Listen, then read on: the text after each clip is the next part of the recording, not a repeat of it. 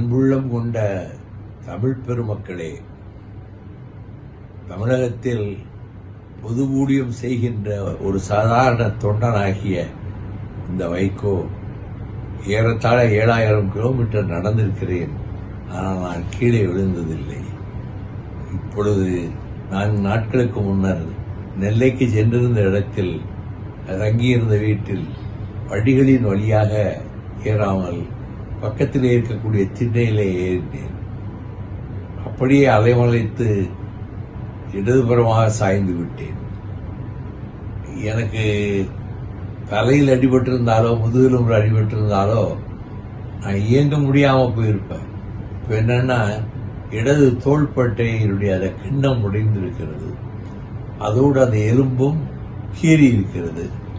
அதனால் அங்கே உடனே டாக்டர் முரளியிடம் காண்பித்து அவர் உடனே நீங்கள் மெட்ராஸுக்கு போகணும், சென்னைக்கு போகணும், அங்கே போய் நீ ட்ரீட் பண்ணணும் அப்படின்னாங்க.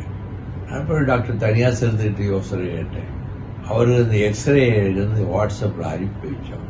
ஒன்றும் பயப்பட வேண்டாம், நீங்கள் கவலைப்பட வேண்டாம், உங்களுக்கு ரெஸ்ட் தேவை, இப்போ இந்த ரெஸ்ட் இதில் கிடைச்சிருக்கு அப்படின்னு சொன்னாங்க.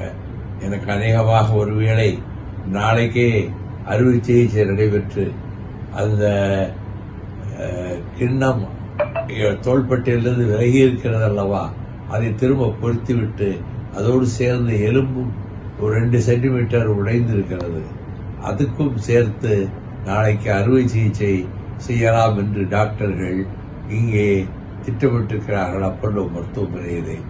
ஆகவே நான் நன்றாக இருக்கிறேன், முழு ஆரோக்கியத்தோடு வருவேன். எனக்கு முன்பு போல இயங்க முடியுமா என்று மட்டும் யாரும் சந்தேகப்பட வேண்டாம். நான் உழைப்பு என்பதற்கு இலக்கணமாக இருக்கக்கூடியவர் என்பதை கலைஞரே சொல்லியிருக்கிறார்.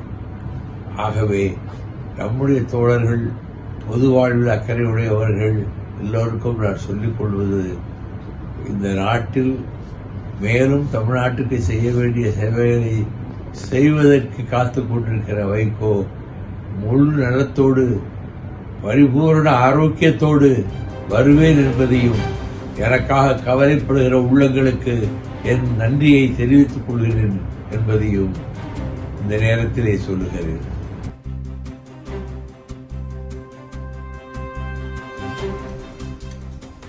உடனுக்குடன் செய்திகளை தெரிந்து கொள்ள வில்லம்பு சேனலை சப்ஸ்கிரைப் செய்யவும்.